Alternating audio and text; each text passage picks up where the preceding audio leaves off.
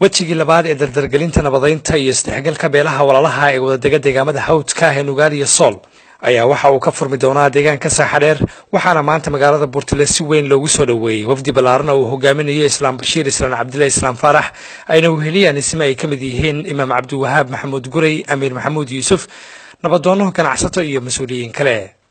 gudoomiyaha golaha deegaanka ahna duqa degmada Buurtile Maxamuud Axmed Buurdibi iyo nabadoon Baashir ayaa sheegay in wafdu safar ugu bixi doonaan deegaanka Saaxadheer halkaasna laga sii ambaqaadi doono hawlihii nabadaynta runtii aad baan ugu faraxsanahay waftiga uu hogaaminayo Islaam Bashiir inay soo gaaraan degmada Buurtile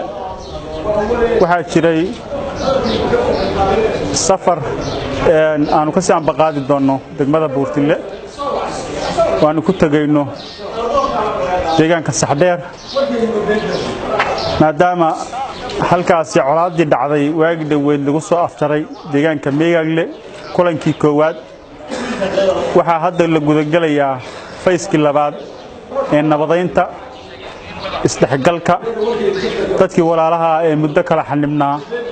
sidii isku dhexgali lahaayeen ay u noqon lahaayeen walaalo gacmaha is haysta sidii soo jireenta ahayd runtii kulankaasi saas ku saabsan yahay casumaad aanu ka helnay garaad jaamac garaad cali runtii waan aad baan ugu faraxsanahay inaanu waftigaasi aanu ka mid noqono qorshaha iyaguna waxa weeye oo ismada iyo odayaasha iyo ganacsatada iyo waxgaradka guud ahaan loo socdo waa fayskii labaad oo nabadayntii beelaha walaalaha ah oo colaadu ku dhexmadhay meesha la yiraahdo Qorley iyo Meegagle iyo Hawdka Cagaare waxaan Ilaahay ka rajaynaynaa in laga gaaro heshiis dhab ah iyo guul la taaban karo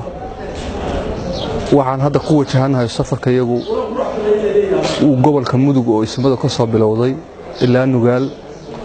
waxaan u soconaa meesha la Saaxadheer garaad jaamac garaad Ismaaciil baa garaad Cali baa wuxuu ku sameeyay casumaad ama martiqaad fayskii labaad oo arrintii nabadaynta laga wada hadlayo waxaan leenahay dadka labada beelood ka soo jeeda iyo guud ahaan dadka la deganba nabad baa naas la nuuga leh waa in la qaataa arrimaha lagu hawlan yahay oo nabadaynta ah guulaysaad jaamac warbaahinta dawladda Puntland Buurtile